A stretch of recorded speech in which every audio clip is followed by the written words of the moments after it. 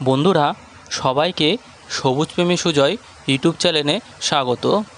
আশা করি আপনারা ভালো আছেন ও আপনাদের ছাদ বাগানের গাছপালাও খুব ভালো আছে। বন্ধুরা, আজকের ভিডিওটি লেবু গাছের উপরে হতে চলেছে। এই লেবু গাছ দুটি আমি 1 মাস আগে টবের মাটিতে বসিয়েছিলাম।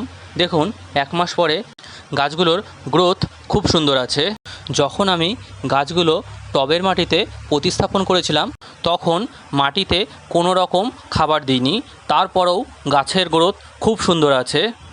আমি যখন কোনো নতুন গাছ নার্সারি থেকে নিয়ে এসে প্রতিস্থাপন করি তখন কিন্তু আমি মাটি সবসময় পুরনো ব্যবহার করি। যেগুলো আগের বছর ব্যবহার হয়ে গেছে সেই মাটিতেই আমি গাছ বসাই। এর ফলে গাছ কিন্তু মরে যাওয়ার বা পাতা পচে যাওয়ার কোনো ভয় থাকে না। ফলে গাছ ধীরে ধীরে বাড়তে শুরু করে দেয়। এবার 1 মাস পেরিয়ে যাওয়ার পর গাছে আমরা খাবার প্রয়োগ করব, যাতে গাছ খুব দ্রুত বড় হয়ে যায়।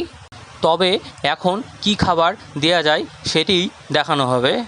সবার প্রথমে আমরা এখানে একটি কম্পোস্ট সার ব্যবহার করব। সেটি ভার্মি কম্পোস্টও হতে পারে, আবার গোবর সারও হতে পারে, আর নয় পাতা পচা সার হতে পারে। আমি এখানে পাতা পচা সার নিয়ে নিয়েছি। কম্পোস্ট সার মাটিতে নাইট্রোজেন, ফসফরাস ও পটাশিয়ামের পরিমাণ বৃদ্ধি করে এবং মাটির উর্বরতা শক্তি বাড়িয়ে দেয়। পরবর্তী খাবার হিসাবে আমি এখানে হাড়ের গুঁড়ো ব্যবহার করছি। এটি কিন্তু পুরো ডাস্ট ফর্মে রয়েছে। আমি এখানে দলা দলা হয়ে থাকা হাড়ের গুঁড়ো ব্যবহার করব না। এই ডাস্ট ফর্মের হাড় গুঁড়ো ব্যবহার করলে টবের মাটিতে কিন্তু খুব জলদি মিশিয়ে যায়। হাড়ের গুঁড়ো থেকে গাছ খুব ধীরে ধীরে পুষ্টি গ্রহণ করে, যা কয়েক মাস চলতে পারে। হাড়ের গুঁড়ো মাটিতে উপকারী জীবাণু সৃষ্টিতে সহায়তা করে, যার ফলে গাছের শিকড় খুব জলদি বৃদ্ধি হয়। পরবর্তী খাবার হিসেবে আমরা এখানে নিমখোল ব্যবহার করব। নিমখোল ব্যবহার করার ফলে টবের মাটিতে কিন্তু পোকামাকড়ের আক্রমণ অনেক কমে যাবে।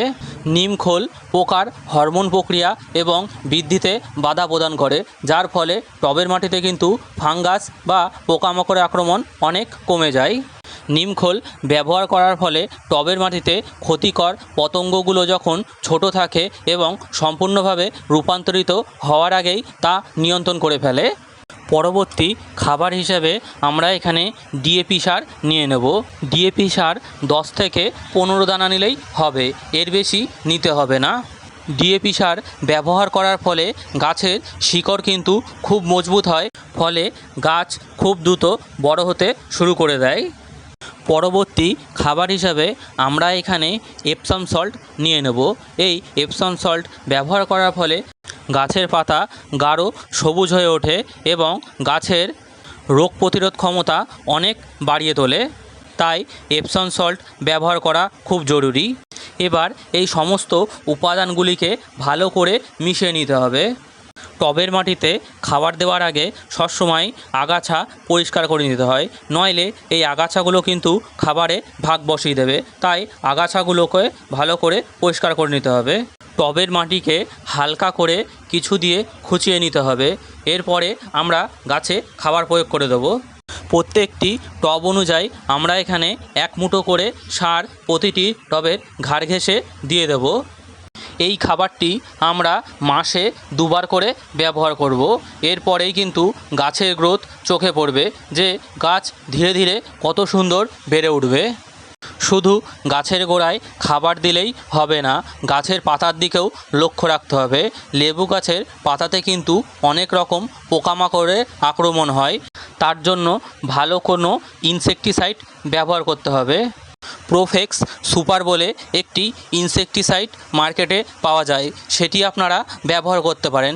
এর ফলে গাছে কিন্তু কোনো রকমের পোকামাকড়ের আক্রমণ হবে না, আর একটিও গাছের পাতা কুঁকড়ে যাবে না। বন্ধুরা, ভিডিওটি ভালো লাগলে চ্যানেলটিকে অবশ্যই সাবস্ক্রাইব করবেন। আগামী দিনে আরও নতুন নতুন ভিডিও এই চ্যানেলের উপরে আসবে।